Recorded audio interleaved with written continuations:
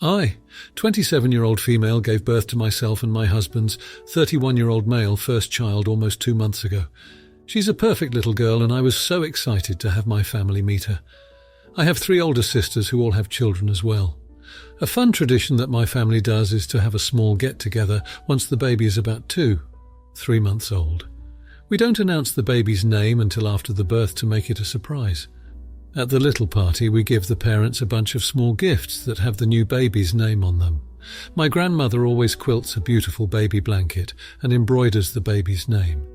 She's done this for all of my sisters and cousins. The issue is the name my husband and I chose for our daughter. For context, my grandma has a unique history with her own name.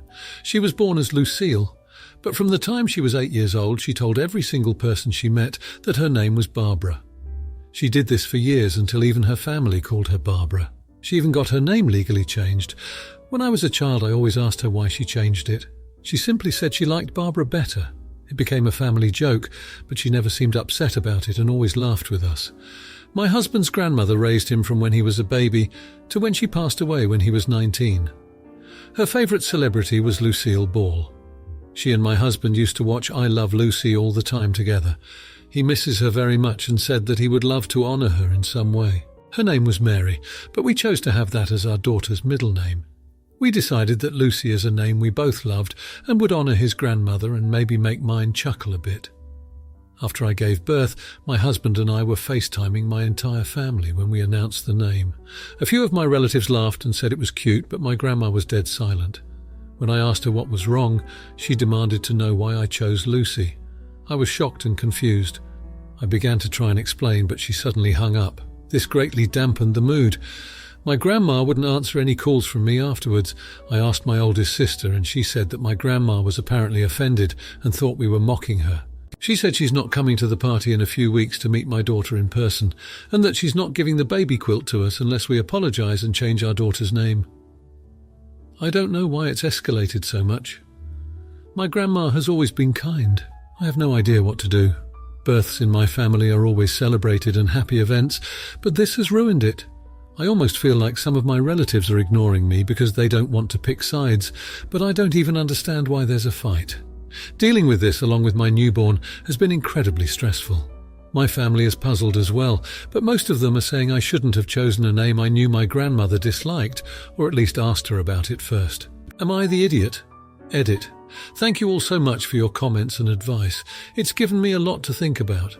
I didn't expect my post to get this much attention, so I'm still working my way through reading them. I've seen a lot of comments asking why I didn't even think to ask my grandmother about the name, or why I would pick the name she obviously disliked. Like I said earlier, when I was a kid, she just said she liked Barbara better. That's what I've known my whole life, so I didn't really dig into it too much. Now I feel like an idiot. I honestly never intended to hurt her feelings. I never even considered that she changed it for any deeper reason than just an aesthetic preference. I don't know too much specifically about any childhood trauma with her, but I do know her dad passed away when she was about 6 years old, so maybe that has something to do with it. I'm not planning to ask her for specifics because I don't want to open any more old wounds than I already have. For right now, I'm taking a few comments suggesting, and I'm planning to write her a handwritten note apologising, explaining everything, and asking to talk. She has a bit of a hard time with technology, so I think this will be a good way to show I genuinely want to discuss this and never meant to hurt her. I'm still not entirely sure about what to do with the name, but for now my #1 priority is getting in contact with her and fixing our relationship. Another question that I've seen a lot is why my husband and I didn't just name our daughter Mary, or why I didn't use my grandmother's preferred name somewhere with my daughter. I have a good number of nieces and nephews, and 2 of my nieces already have Barbara as a middle name, so I thought I'd do something a bit different. I like it, but I don't prefer it as my daughter's first name. As for my husband, he only has 1 niece, and she is already named Mary. I didn't want my daughter to have to share a name with her cousin, so that's why we tried to come up with a different way to honour his grandmother. Another group of comments I've seen have been asking why I ever thought that this would make her chuckle. My family doesn't joke around about it too much, but every now and then someone will say something along the lines of, "What do you think you're going to change your name to next?" And she would let out a couple laughs. This led me to believe that she was light-hearted about the whole thing. Looking back, I'm just now realising that that was only polite laughter and I don't think she enjoyed it. I never thought about it as a little girl, so I went my entire life thinking she was fine with everything. I feel awfully guilty now, and I'll be sure to apologise to her for that as well once I see her again. Now, for a few comments before the update. Comment 1. So I have a similar story, but it's about my name. My grandpa had a sister who had been abused by their parents and suffered terrible mental health, and my grandpa cared for her until he had to go to Wutu. She suicided while he was on duty. He never said her name again. My grandma never knew she ever existed. It was simply too painful for him. Well, I'm born many decades later, and my parents tell my grandparents my name, which by chance is his sister's name, and my grandpa had what looked like a stroke and went catatonic and was in hospital. The story comes out, but by this time my name is announced, everyone knows it, etc. Grandpa was in his 80s. He was not capable of processing his trauma, really. The works around in my family was my grandpa chose a name for me. It was added as a middle name, and everyone on my mum's side of the family called me by that name in Grandpa's presence. When I was little, I was told my mum's family used my Norwegian name, while Dad's family used my Irish name. When I was a bit older, I was told the full story. Grandpa and I were very close, and although he never called me by my name, when he was dying and mentally not all there, he called me Little Bird and Darling Sister. So while he couldn't bring himself to say her name, the fact that I had it made him identify with me in a special way. Honestly, no idiots here, because it's clear your grandma has some kind of deep trauma. But you did nothing wrong. Comment 2. Not the idiot. This name holds a lot of meaning for you and your husband. I also think your daughter will be happy to learn about the origin of her name. Your grandma's strong reaction indicates that she probably strongly disliked her old name Lucille. But how could you have known? She needs to communicate her feelings, but since she's ignoring you, well, she's kind of the AH a little bit. Her feelings may be justified, but she needs to realize that this is hurting you and your relationship to her. I don't understand why your family is on her side here. Just because your grandma hated having that name doesn't mean she has to hate for someone else to have that name. Stay strong. When she's ready, I'm sure she'll contact you so you can talk it out. Comment 3. Not the idiot. But there's a lot more to the story about why your grandma changed her name, otherwise there wouldn't have been such a dramatic reaction.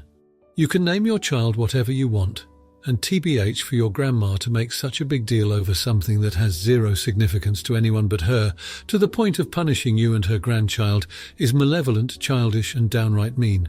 You have two choices. Change your child's name to appease a woman who won't explain and won't be around long, or name your child what you want, and not have a quilt or goodwill from your grandma. It could be that in time your grandma will settle down, but perhaps she won't ever. It's your choice, but whatever you choose, you're not the a-holes. Now for the update. Since I sent that heartfelt letter to my grandmother, things have only spiraled further. She sent back my letter, shredded into pieces, in a box without any explanation. My mother then visited her to try and mediate, resulting in a heated argument that ended with Mum being called an ungrateful child. This, of course, caused further distress within the family, leading to further division and my aunt deciding to side with Grandma, as she put it. In the midst of all this, my husband and I have been trying our best to enjoy the early days with Lucy, but it's hard not to feel the shadow of this family drama hanging over us. We've even been approached by a local news station that somehow caught wind of the story and wanted to run a human interest piece on it. We declined, not wanting to fan the flames any further. To make matters worse, my grandmother has been spreading her own version of events around town, painting us as disrespectful, ungrateful children who deliberately chose a name to spite her. We've been getting a lot of unwanted attention and judgment from the local community, which has been quite upsetting. The most disturbing development, though, happened just last week. We woke up one morning to find a baby quilt on our doorstep. But this wasn't the traditional love-filled quilt my grandmother usually makes. Instead, the name Lucy was crossed out aggressively with red thread and replaced with Barbara. It was a chilling sight and further evidence of how twisted the situation has become. In the meantime, we are trying to stay strong for Lucy and make her early life as positive as possible. Hopefully this situation will somehow resolve itself soon. Any advice on how to handle this would be appreciated. Now for the comments. 1. Not the idiot. You wrote a letter to your grandmother, which is an act of love and respect. It's her choice to react negatively, and it's not your fault. The fact she's spreading a false narrative about you and your family is manipulative and harmful, not to mention crossing out Lucy's name on the quilt, which is just cruel. Stay strong, keep your distance, and focus on your immediate family. 2. not the idiot. This is a form of emotional abuse and it's unacceptable. You tried to bridge the gap by involving your mother, but it only escalated the situation. However, the constant drama is affecting your mental peace and your family's happiness. Cut off contact with your grandmother and aunt until they can behave in a more mature and respectful manner. They are the ones causing this rift, not you. 3. Not the idiot. Your grandmother is clearly trying to control the narrative, which is not fair to you or your family. Rejecting your heartfelt letter and then proceeding to tarnish your image in the community is far from respectful, and the quilt with Lucy's name crossed out is a low blow. You may want to consider legal action if her actions are causing significant distress or damage to your reputation. Your primary responsibility is to protect your immediate family. Now for the next story. I, female 31, am 32 weeks pregnant with my husband's and my first child. I have been co-workers, friends with Claire, female 36, since I joined the company 5 years ago. We have always been quite close, but I have been getting increasingly annoyed with her while I have been pregnant, and it all came to blows at my baby shower last week. For some backstory, Claire has struggled with fertility for years. She suffered from a pregnancy loss a few years ago and tried IVF, but that failed, which led to the end of her marriage. I was supportive throughout and tried to be there for her as much as I could. Everything was okay between us until Claire found out I was pregnant. From the moment she found out, she has become slightly obsessed. She touches my belly constantly, begging to feel the baby kick, and always asks how our baby is. I hate this and have made a point to say I don't like people touching my stomach apart from my husband. Claire, in turn, always tells people I don't like anyone touching my stomach apart from family, which she claims includes her. Edit. I told Claire that I didn't like anyone but my husband touching my stomach. She chose to ignore it. There have been other issues, but the main issue arose when I had my baby shower last week. My mom and mother-in-law organised the whole thing, but apparently both were bombarded with messages from Claire because she knew exactly what I wanted. She kind of took over the shower and made sure she was sitting next to me for the entire thing. While I was opening gifts, Claire burst into tears, saying how many of the gifts were items she would have been given at her own showers if she hadn't had her miscarriages. In the end, she had to be comforted by several guests. After the shower, I called her up and said that I think she needs to take a step back and I'm worried this is too much for her. Claire quickly fired back, saying that she was fine and that the baby needed Auntie Claire. Finally, I'd had enough and said that I really needed her to back off as she wasn't part of the family, and I felt like I was being suffocated. Ever since then, numerous co-workers have said that I need to apologise to Claire and that I was a jerk for being so harsh with her, so am I the idiot? Edit. For those saying I should find a new job, I can't do that because of my maternity pay. I was promoted last year, so I'm quite high in our firm, and it would take a long time to start again from scratch at a new firm. I will talk to HR, though, if I continue to be hounded by co-workers. Further edit, if people could please stop saying she's going to steal my baby or cut it out of me, that would be great. It doesn't help during what is already a stressful time. In my country, we have really high security in maternity wards regarding visitors, so no, Claire will not be able to steal my baby from the hospital. Yes, I have a Ring doorbell on my home. We've had it for years. No, Claire does not have a key to my house. No one apart from our parents does, and she has never been asked to babysit. The only people we'd ever asked to babysit are our parents or my husband's sister. Now for a few comments before the update. Comment 1. If I read this correctly, you had a private conversation with Claire, asking her to back off, and now other co-workers are weighing in. Clearly, Claire has been trolling for votes in the workplace. IMO, I think it's time to take this to HR. 1. She's been putting her hands on you despite being asked to stop. 2. You've spoke to her privately, trying to set boundaries, and her response was to whip up support with co-workers, resulting in a hostile work environment for you that is in danger of affecting the productivity of the team as relationships are becoming frayed. Don't mention her attention-getting behaviour at the shower. That's not HR's concern. They do need to know about the physical issues and the subsequent trolling for votes to get co-workers to turn on you. A divided team is not a well-functioning team. Not the idiot. Comment 2. Not the idiot. Get her photo to your birth centre and start the restraining order now. I'd also tell HR she's going over the top and it's feeling stalkerish to you. And tell her she won't be seeing the baby until the rest of the public does. Say 3 months old. Better to have her lose her shti now before you're healing postpartum and have a newborn. Comment 3. Not the idiot. Claire needs therapy and support, but she doesn't get to ignore your boundaries or requests. It's terrible that she's struggling, but you can't be responsible for her mental stability, and she's way too involved in your pregnancy. Painful though it will be for her, she needs firm and clear direction to back off and let you have space. Now for the update. Well, it's been a wild 2 weeks. First off, the talk with HR was a disaster. They treated the situation as a joke, asking me if I wanted a no-touching bubble and how they could enforce that. Left their office in tears. So much for company support, huh? But wait, it gets worse. Claire, emboldened by what I can only imagine was the smug satisfaction of my failed HR endeavour, amped up her obsession. She started following me to prenatal appointments. I only noticed when I saw her car in the parking lot, 3 times in a row. Overwhelmed, I finally sought legal advice. A lawyer friend recommended a restraining order and I filed for it. Claire was served at work. It was the most nerve-wracking day of my life, but also a relief. She was furious, screaming and crying. She even threw a stapler at our boss when he tried to calm her down. Needless to say, Claire was promptly fired. Thought that'd be the end of it, right? Oh, how I wished.